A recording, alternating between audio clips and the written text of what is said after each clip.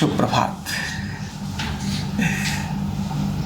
भारत की जो महानताएं हैं उनमें से एक महानता है कि भारत में भक्ति को बहुत महत्व दिया है।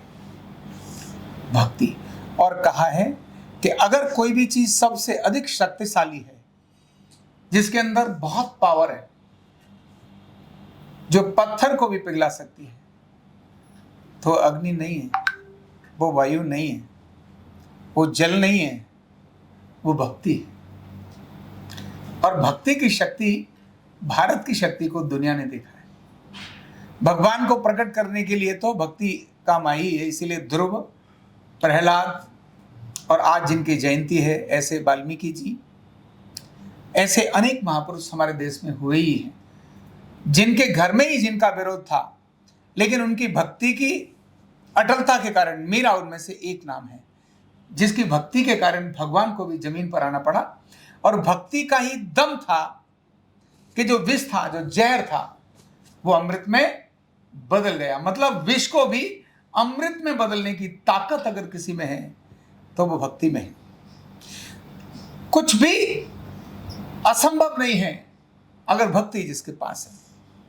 माना चाहे धन हो, चाहे दौलत हो, चाहे नाम हो, मान हो, सम्मान हो, ये सब भक्ति के सामने छोटे होते हैं। और भक्ति ऐसे लोगों के, भक्ति वाले व्यक्ति के आसपास ये सारी चीजें सराउंडिंग में घूमती हैं। धन घूमता है, संपदा घूमती है। और इसलिए जिन लोगों को हम देखते हैं, भक्त के नाते देखते हैं, जिन्होंने भी कहा भक्त है, ये भक्त किसी का भी हो सकता है। जो सिख परंपरा है उसमें गुरु परंपरा पुत्रों के लिए परंपरा नहीं थी कि जो घर में पैदा होगा वही गुरु बनेगा। जो भक्त है उसको उन्होंने वहां स्थान दिया। गुरु नानक देव जी के बाद अगर हम आगे देखें, किसको स्थान मिला, गद्दी पर कौन विराजमान हुआ, ये अनेक सारी गद्दियां हैं। उन गद्दियों पर संतान का अधिकार है ऐसा नहीं है। भक्त अगर संतान है तो भक्त तो संतान भी हो सकती है, और अगर भक्त संतान नहीं है तो गद्दी का अधिकार नहीं हो सकती। ये भक्ति जहां है वहां सब कुछ छोटा हो जाता है। और भक्ति का अगर साधारण व्यवहार देखें, भक्ति का मतलब है किसी से आपको प्राप्त करना है, किसी से कोई चीज आपको लेनी है, तो वो बिना भक्ति के आ नहीं सकती। क्योंकि भक्ति जहां होगी वहां श्रद्धा होगी, जहां भक्ति होगी वहां समर्पण होगा, वहां विनम्रता होगी, वहां अपने प्रभु, अपने इष्ट, अपने प्रमुख, अपने नेता, उसके हित में क्या है, केवल यही सोचना, यही भक्ति है। मेरे प्रभु किस बात से प्रसन्न होंगे, यही भक्ति है।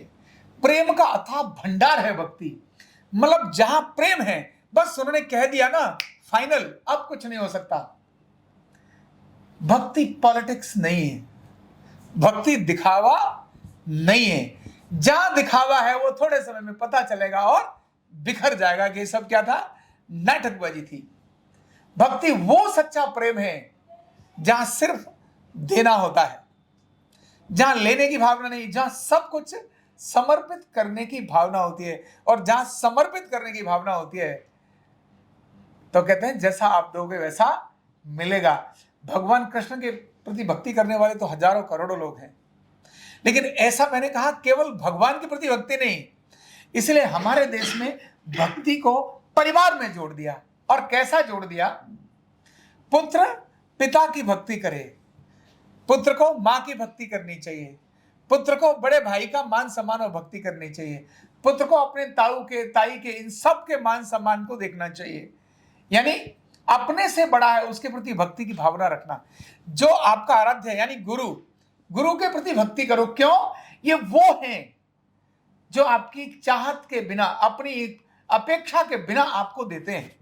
भगवान वो है जो आपकी अपेक्षा के बिना आपको देने की चाह रखता है, कंडीशन नहीं रखता, और वो सब कुछ दे सकता है। भक्ति से सब कुछ लूटा जा सकता है। यानी जो भी उसके पास है, भक्ति से वो सारा कुछ लिया जा सकता है। और ये ऑर्गेनाइजेशन में भी हो सकती है। आप जहां भी कुछ चाहते हो, अर्जित करना चाहते हो, आप प्रगति चाहते हो, आप उन्नति चाहते हो, आप धन चाहते हो तो धन की भक्ति करो, आप शक्ति चाहते हो तो शक्ति वाले महापुरुष की भक्ति करो, आपके ऊपर अथाह शक्ति हो जाएगी।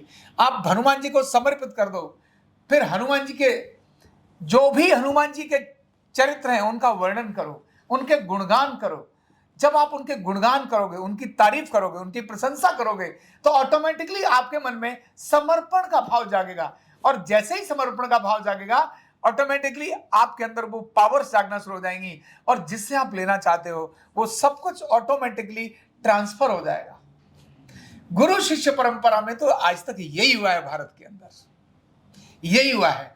गुरु से उस ज्ञान को ऑटोमेटिकली शिष्य में ट्रांसफर हो गया। चाहे वो स्वामी विवेकानंद हो, विवेकानंद गुरु की बहुत परीक्षा लेते थे, बहुत परीक्षा लेते थे। जब देखा तो सिक्का नीचे रख दिया। लेकिन भक्ति इतनी अकाट्य, जब गुरु ने कहा कि बेटा तुमको विवाह नहीं करना, तुम्हें तो समाज और देश का काम करना है, नर सेवा नारायण सेवा यही तुम्हारा लक्ष्य होना चाहिए, और उसके लिए उन्होंने सब कुछ छोड़ दिया। जब ये भाव शिष्य के अंदर आया, गुरु के प्रति उन्होंने 100% सरेंडर कर दिया। आश्रम की सफाई उससे ज्यादा बढ़िया कोई करने वाला व्यक्ति ही नहीं था। बर्तनों की सफाई, पूजा के बर्तन जितने सुंदर विवेकानंद साफ करते थे, उतना कोई दूसरा व्यक्ति साफ नहीं करता था। अक्षरधाम की कहानी हम सुनते हैं। अक्षरधाम के अंदर भी जिन महापुरुष की हम वहां साधना उपासना करते हैं, उन्होंने अपने आश्रम में, गुरु आश्रम में जब वो जाते हैं और वो जाने के बाद जब झाड़ू लगाते हैं, बर्तनों की सफाई करते हैं, इतनी भावना से, इतनी भक्ति से, मैं क्या ऐसा कर दूं जिससे मेरे आराध्य, मेरे गुरु, मेरे इष्ट प्रसन्न हो जाए, और उसके लिए वो अपनी भावना से काम करते, और करने के कारण वही अक्षरधाम, यानी उन्हीं इष्ट के नाम से आज अक्षरधाम सारी दुनिया के अंदर प्रसिद्ध है, जिनके ऊपर हम जलाभिषेक भी करते हैं। ऐसी भावना जब पैदा होती है, सफाई ऑटोमेटिकली होना शुरू हो जाती है। फिर बाथरूम दूर नहीं रहता, फिर रसोई दूर नहीं रहती, रसोई के बर्तन दूर नहीं रहते। और भक्ति में कौन सा काम भक्त चुनता है? अपने गुरु से अपने शिष्य चुनता है। झाड़ू लगाना, जूते साफ करना, जूठे बर्तन उठाना, यही सबसे बड़ी शुरुआत है। सेवा वहीं से शुरू होती है। यानी भक्ति का एक पार्ट सेवा है। जहां भक्ति होगी वहां सेवा अपने आप आ जाएगी, उसको कहने की जरूरत नहीं पड़ती। और जब ये आएंगे तब व्यक्ति अंदर कितना बड़ा हो जाएगा। यानी भक्ति वो पेड़ है जिसकी, भक्ति यानी जड़ है गहरी, ऊपर वो अपने आप नजर आएगा। ऐसा अद्भुत भक्ति का उदाहरण भारत में है। इसीलिए शिष्य ने कीमत चुकाई भक्ति की। कष्टों को, कष्ट थे ही नहीं, मीरा के सामने कष्ट थे ही नहीं, विवेकानंद के सामने कष्ट थे ही नहीं, गुरु गोविंद सिंह के सामने कष्ट थे ही नहीं, गुरु तेग बहादुर के सामने कष्ट थे ही नहीं। यानी कितना बलिदान कर दिया अपनी गुरु भक्ति के कारण से। अद्भुत भक्ति। और ऐसे ही देश के प्रति जो भक्ति करने वाले, भारत माता के प्रति जो भक्ति करने वाले हैं, वो भी अपना सर्वस्व न्यौछावर करते हैं, माँ भारती को साक्षात प्रकट करते हैं। स्वामी रामतीर्थ ने माँ भारती की ऐसी भक्ति करी थी, और उस भक्ति के कारण से स्वामी रामतीर्थ को आज सारी दुनिया जानती है। तो जो अपने इष्ट के प्रति, जो अपने ऑर्गेनाइजेशन के प्रमुख के प्रति, जो अपने परिवार के प्रमुख के प्रति, जो अपने माता पिता के प्रति भक्ति प्रकट करता है, ध्यान रखना, उनका बालवांका और उनका नुकसान दुनिया की कोई ताकत नहीं कर सकती, कोई ताकत नहीं कर सकती। क्योंकि भक्ति की शक्ति के सामने सब छोटे हैं। आग उसको जला नहीं सकती, पानी उसको बहा नहीं सकता, जहर उसको मार नहीं सकता। इतनी अद्भुत ताकत भारत में भक्ति की है। और यह भक्ति घर से सिखाई जाती है, विद्यालय से सिखाई जाती है, हर जगह सिखाई जाती है। भारत इसी भक्ति के कारण दुनिया में भारत है। इसीलिए इस भक्ति के कारण ही तारों की भाषा भारत के लोगों ने समझ ली। शून्य का आविष्कार भारत ने कर दिया। जब भक्ति प्रकट हुई तो हरिदास के अंदर भगवान कृष्ण के प्रति जब भक्ति प्रकट हुई तो कितनी राग और रागनियां पैदा हो गई, कितने राग और रागनियां उनसे स्फुटित होने लगे। यही भक्ति का परिणाम था। ऐसी जब भक्ति जागृत होती है तो गुरु से शिष्य में ज्ञान ऑटोमेटिकली ट्रांसफर हो जाता है। नहीं, शिष्य अपने आप में ही एक बहुत बड़ा गुरु बन जाता है।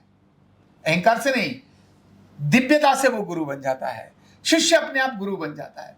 केवल उसकी भक्ति, कनेक्शन, समर्पण, श्रद्धा, और मैं तुमको प्रसन्न करने के लिए क्या करूं, बस यही जिसके प्रति भी जागृत हो जाएगा वह आपसे कभी दूर हो ही नहीं सकता। इसी भक्ति के कारण भारत है।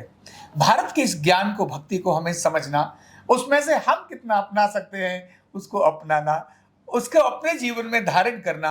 एक साथ सारे लोग सीख गए और कहे भाई हम तो भक्त की प्रहलाद की तरह से सब कुछ छोड़ देंगे, ध्रुव की तरह से अटल ऐसा हो जाएगा, ऐसा नहीं है।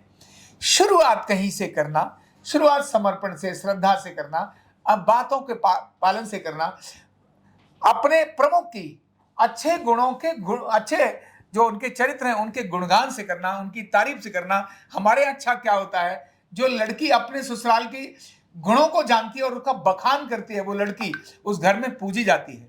और जो लड़की अपने घर के अंदर अपने ससुराल की बुराई करती है कहीं जाकर, वो लड़की उस जगह से बाहर चली जाती है। तो भक्ति होने से एक अच्छी बहू बन सकती है, एक अच्छा शिष्य बन सकता है, एक अच्छा एम्प्लॉय बन सकता है।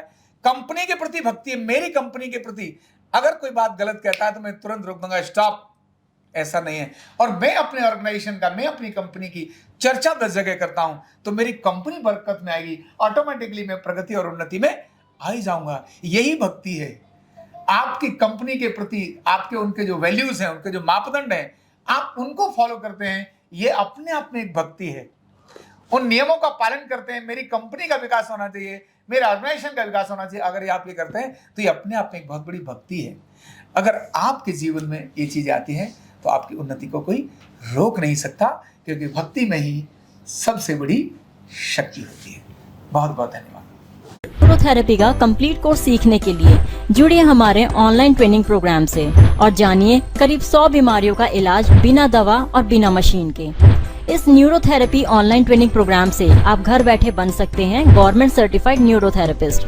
रजिस्ट्रेशन के लिए नीचे दिए गए नंबर पर अभी कॉल करें। और हाँ, हमारे वीडियो को लाइक करना, शेयर करना और चैनल को सब्सक्राइब करना बिल्कुल भी ना भूलें। धन्यवाद।